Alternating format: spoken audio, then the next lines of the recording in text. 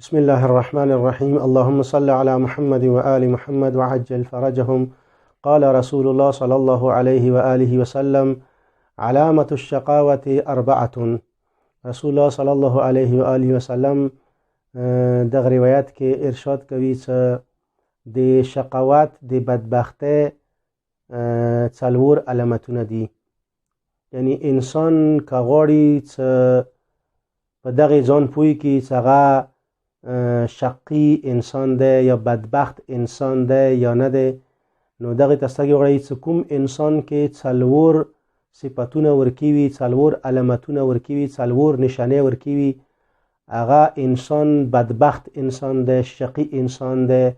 و زه به داسې وایم چې طریقه الى النار یا الى الهلکه ده، هغه لیاره د جهنم و د اور والا لیاره ده و هغه حلقات طرف ته روان دی. په کار د انسان دغه څلورو صفاتونه، دغه څلورو علامتونه ځان وساتي. که چیرې کوم انسان کې ورکی په کار دغه علامتونه د صفاتونه ځان وریا کی، تا دا چې بدبختی نه هغه شقاوت لیارې نه ځان ارو بسي. هغوی نه اول صفت انسان کې کوم ورکی دی، هغه وجې نه انسان بدبخت جوړیږي. نسیان الذنوب الماضیة وهي عند الله محفوظة.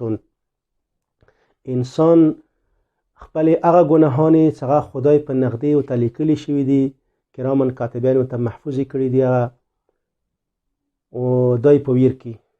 یعنی انسان په کار د خپل ګناهانې په ویر نه کې، انسان همیشه د پاره په کار د خپل ګناهانې یاد کې ساتي. که چیرې کوم انسان خپل ګناهانې په ویر کړلې، نو دا د بدبختۍ علامت ده.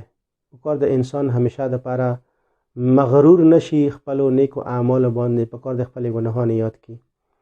دویم کوم صفات ده، هغه ده چې و ذکر الحسنات الماضیة ولا یدری قبلت او ردت.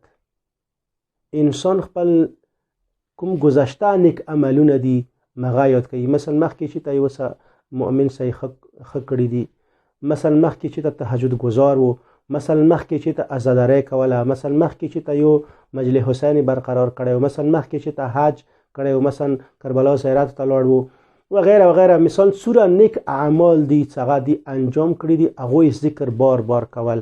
معاشره کې خلکو ته خپلو اعمالو نیکو اعمالو ذکر کوي و دا یو ته پاتې نشته چې آیا ما دغه نیک اعمال خدای په نغدې قبول وو یا نه و. دا د بدبختۍ عمل دی.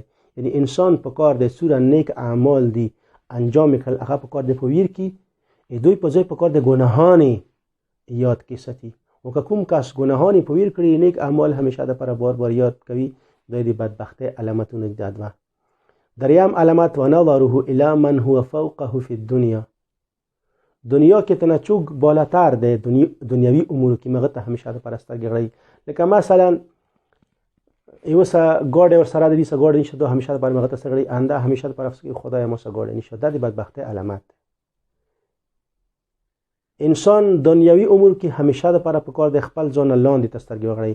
مثلا ته صحیح سالم یې، ته یو کس د بیمار ولی د مغه ته په کار خدای شکر وکړه. دا انسان څخه کله خپل ځان لاندې تسترګي غړي، دا موجب د دې جوړیږي چې انسان د خدای شکر الکي، چې خدای ډیر شکر دې مو ته صحت را کړې، پلان کا بیمار وکړه. یا مثلا یو سړی پیدل روان دی، سپورې ولیدو، انسان اسپره ته په کار سرګې نه وغړي، دا پیدل روان دی، پیدل کې د سړی ته سړی راځي، هغه مثلا حتی خپې نشته، دا شکر وکړي چې خدای شکر دې ما خپې شته، ولو که پیدل یم، سپور نه یم، پیدل روان یم، خو خپې هم شته، کنده خو خپې نشته. یا مثلا یو کس خونه شته و نشته، د چا خونه شته، د په کار د بنگلو ولته سګي نه وغړي، چې ما خونه مثال جونګړه ده، بنگلو ولا خدای ماته د بنگلې نه درې کړی، دا په کار د اخ شته سګي وغړي چې چا خونه نشته، شکر وکړي چې خدای شکر دې کا جونګړه مده کده مثال غریبانه مده، غریب غونه کې خونه مده، خو هغه شیخ نه یم، هغه وخت خونی نشته در به در سر دي.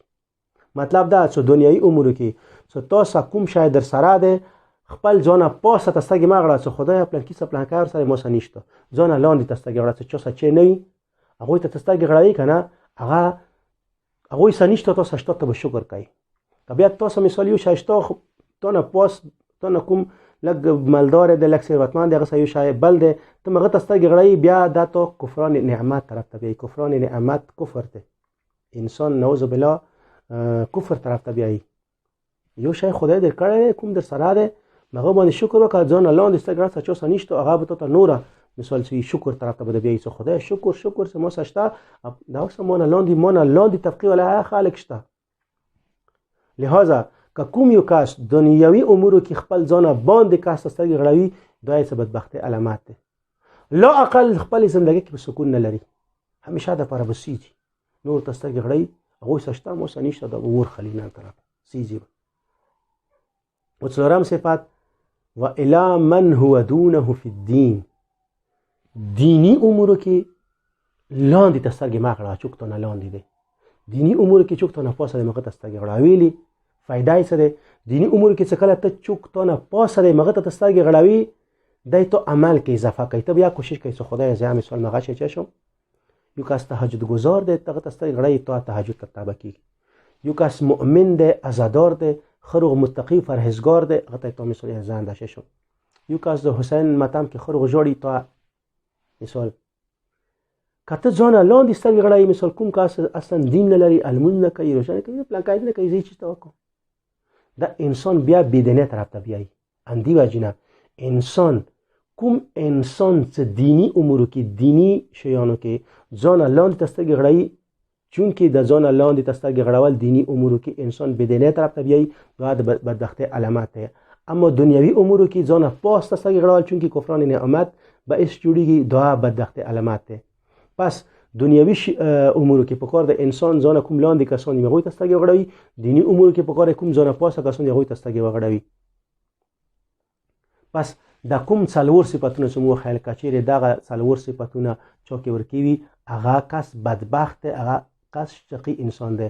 ګناهانو په ویرول هغه خدای په نزد ته لیکلي شوي دي، و خپلو نیکو اعمالو ذکر کول څه دا پاتې او ته نشته څه ما اعمال د کوم انجام کړي قبول دي یا نه قبول نه دي شوي. اصلا دینی امورو کې ځان لاندې ته سترګې غړول او دنیوي امورو کې ځان پاسته سترګې غړول، دا څلور علامتونه د بدبختۍ علامتونه دي.